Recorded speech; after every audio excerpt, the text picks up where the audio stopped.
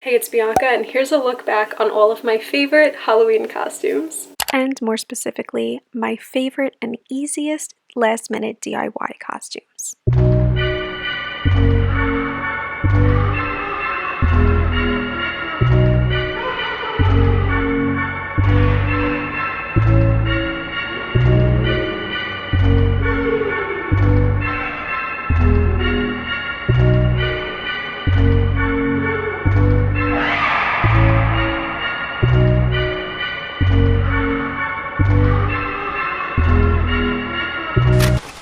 Now, through the years, I have done so many crazy, elaborate, fun Halloween costumes, and this year I had so many plans to do so much other Halloween costumes, but sometimes life gets a little bit in the way, so I am going to be showing you all of the older costumes that hopefully you can get inspiration by or just get some enjoyment out of. Last minute Halloween costumes are kind of my specialty, as my closet acts as a portal to different styles, layers, eclectic fashions, and capes. Lots of capes.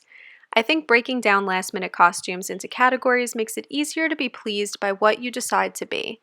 We have your edgy cult classics that could be DIY'd quickly, like Lydia Dietz from Beetlejuice and What's Her Name from Pulp Fiction. We also have your girly cult classics like Regina George from Mean Girls and Cher from Clueless. Granted, some of these looks are overdone, but I do think latching onto classic movies for last minute ideas goes a long way if you've got the right intent. The categories I abide by are as follows: witchery, nostalgia, icons, time periods, aesthetics, horror, glam, full DIY, and makeup inspired looks. For witchery, you've just got to grab everything and anything remotely eclectic from your closet and start pulling layered pieces together until you look like a long lost Sanderson sister. You can dress as a dark witch with loads of black clothes and cloaks, a rimmed hat, or a witch hat if you've got it, or if you're willing to run to any craft and party store this weekend. You can dress as a cottagecore witch, where the outdoors meets spellcasting meets books and serenity. You can dress as a green witch, which is a mix of cottagecore styled clothing and homebody fashion.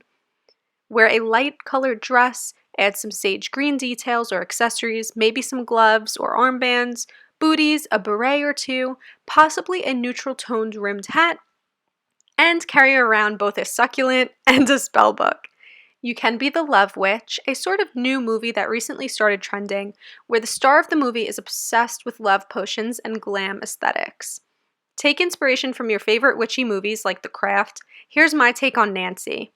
I wore a semi-schoolgirl uniform, but I turned it a bit more goth, slicked my hair back, layered chokers and necklaces, and etched on red lipstick.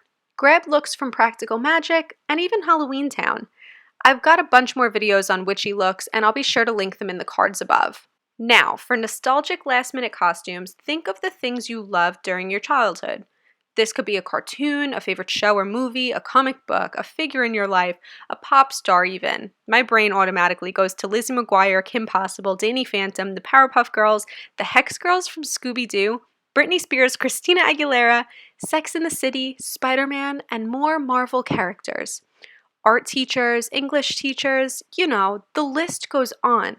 And these looks typically can be pulled together just by things you've already got in your closet. You just have to visualize it first. On the topic of icons, we're talking iconic movie characters and figures. So not necessarily actors and actresses, but the people they portray in said movies and shows. For instance, Mary-Kate and Ashley from New York Minute, Bianca from 10 Things I Hate About You, Wednesday Addams, of course, and any other character you can think of to recreate that you might like. Time period costumes are perfect for last minute looks because you can pick a decade and have it stick. The 70s? Cool. Think that 70s show. Anything that they wear goes. Find your favorite outfits and style them. Victorian era? Great. Think of all things Tim Burton and roll with it.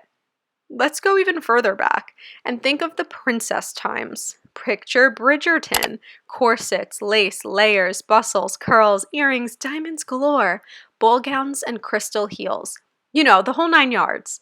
I've got an entire video on wearing Bridgerton aesthetic clothing for a week, so there are plenty of ideas for costumes there, and it will, of course, be linked in the cards. Speaking about aesthetics, Bridgerton is one of them, of course, but so is fairycore, cottagecore, gothic fashion, dark academia, and light academia fashion, which typically revolves around Hogwarts aesthetic.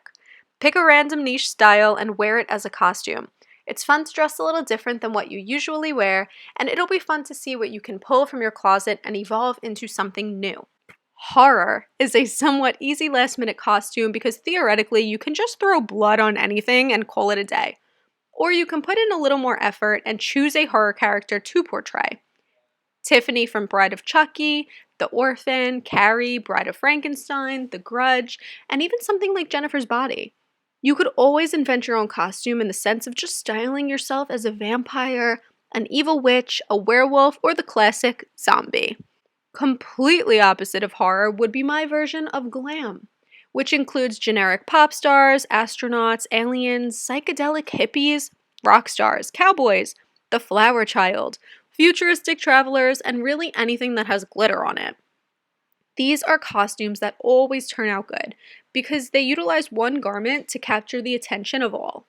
Okay, pedal to the metal. You're down for a challenge? Go full DIY and grab an array of things from the craft store to hot glue or sew together.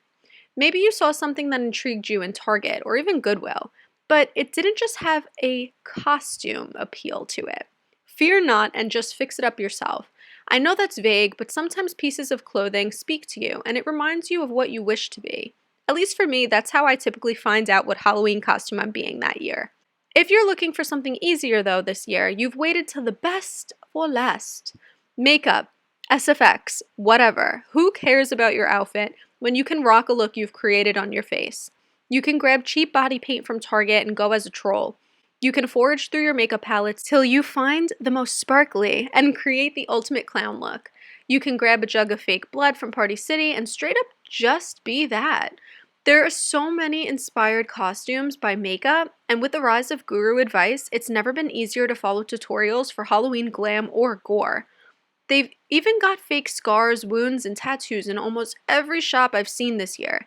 Tattoo yourself up and turn into your favorite rock star. Hell, put fake scars all over your face and feel like Edward Scissorhands, even if you're technically not going as him. Lots of ways to go about Halloweenifying yourself with makeup and special effects. Sometimes it just takes buckling down to get it done. Another fun hobby of mine is that if I don't necessarily have a Halloween costume, I kind of just throw on dark lipstick, a witch hat, and any random little crystally jewelry I have, and I feel like I just belong in the Halloween season. It's always really important for me to kind of grab things that I will rewear again and to grab costumes that define who I am. Sometimes costumes don't define who I am if I'm like murderous doll or something, but I feel like you guys know what I mean, where I like to choose things that I can relate to, at least in that moment, and it makes me excited to pretend that I am that. Now, Halloween is such a time where we get to put reality aside for a moment and just have fun, enjoy ourselves, get creative, get down to business, and for lack of a better term, just feel nostalgic about things that we won't ever get back. I love thinking about Halloween when I was a child. I love going out trick-or-treating with all my friends and the neighborhood kids. There was just so much excitement about it, and the month of October has just always called for me. And I feel like it does that for a lot of people. The fall time is the most nostalgic. There's so many movies that we rewatch. There's so many TV shows we rewatch. Characters we want to be. Characters we want to dress up as. Characters we definitely don't want to be. And we've learned lessons from. So I think that this is so much fun and so lovely. And I really appreciate you guys watching this Vlogoween season. If you are new here and you stumbled upon this video, hi. How's it going? I have been uploading every single day since October 1st.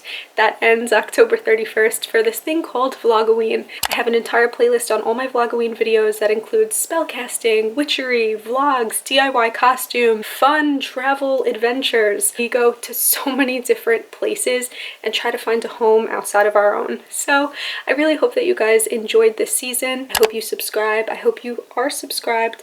And without any further ado, I will see you tomorrow in my absolute last Vlogoween video, as tomorrow is Halloween. So for one last time, I will see you tomorrow in my next Vlogoween video. Bye! We call home, everyone hail to the pumpkin song. In this town, don't we love it now?